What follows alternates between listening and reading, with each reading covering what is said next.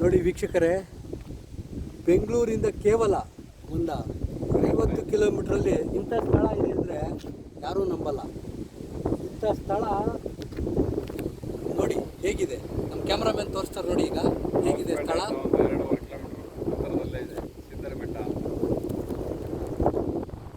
Sir ಯಾವುದು ಇದು ಸಿದ್ರು ಬೆಟ್ಟ ಅಂತನಾ? ಇದು ಸಿದ್ರು ಬೆಟ್ಟ ಅಂತ. ಹಾಸ್ಪಿಟಲ್ ಕೇವಲ ಒಂದು 4 ಕಿಲೋಮೀಟರ್ ಅಂತರದಲ್ಲಿದೆ. ನೋಡಿ ಈ ಥರ ಜಾಗ ನಾವು ಹೊರ ನಂದಿ ಹಿಲ್ಸು ದೂರಕ್ಕೆ ಹೋಗ್ಬೇಕು, ಆದರೆ ಇದು 50 ಕಿಲೋಮೀಟರ್ ಹತ್ರದಲ್ಲೇ ಇಂಥ ಪ್ಲೇಸ್ ಇದೆ.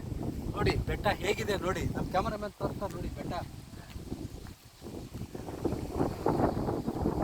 ಇಂಥ ರಮಣೀಯ ಸ್ಥಳವನ್ನು ನಮ್ಮ ಬೆಂಗಳೂರು ಜನತೆ ನೋಡಬೇಕು, ವಾರಕ್ಕೊಂದ್ಸಲಿ ಬರಬೇಕಿಲ್ಲಿ. ಈ ಸ್ಥಳನ ಒಂದು ಒಳ್ಳೆ ಸ್ಥಾನವಾಗಿ ಮಾಡಿ. ಸುತ್ತಲೂ ಚೆನ್ನಾಗಿದೆ ಸರ್. ದೇವಸ್ಥಾನ ಯಾವುದು ಸರ್ ಅದು?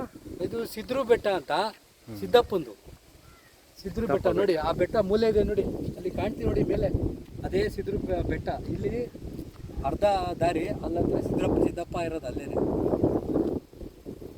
ಚೆನ್ನಾಗಿದೆ ಸರ್ ಬೆಟ್ಟ. ನೋಡಿ ಬಂದು ತಿಂಡಿ ಗಿಂಡಿ ಮಾಡೋರಿಗೆ ಇಲ್ಲಿ ಒಂದು ಹಟ್ಟಿದೆ, ಕೂತಿ ತಿಂಡಿ ತಿನ್ಕೊಂಡು ಸುಧಾರಿಸ್ಕೊಂಡು. ಓ ಇದಾ?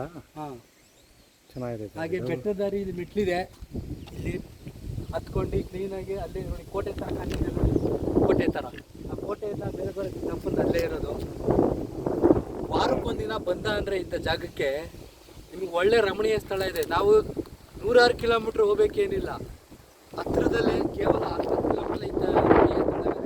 ನಮ್ಮ ಬೆಂಗಳೂರು ಜನತೆ ನೋಡಿ ವೀಕ್ಷಣೆ ಮಾಡಿ ನಮ್ಮ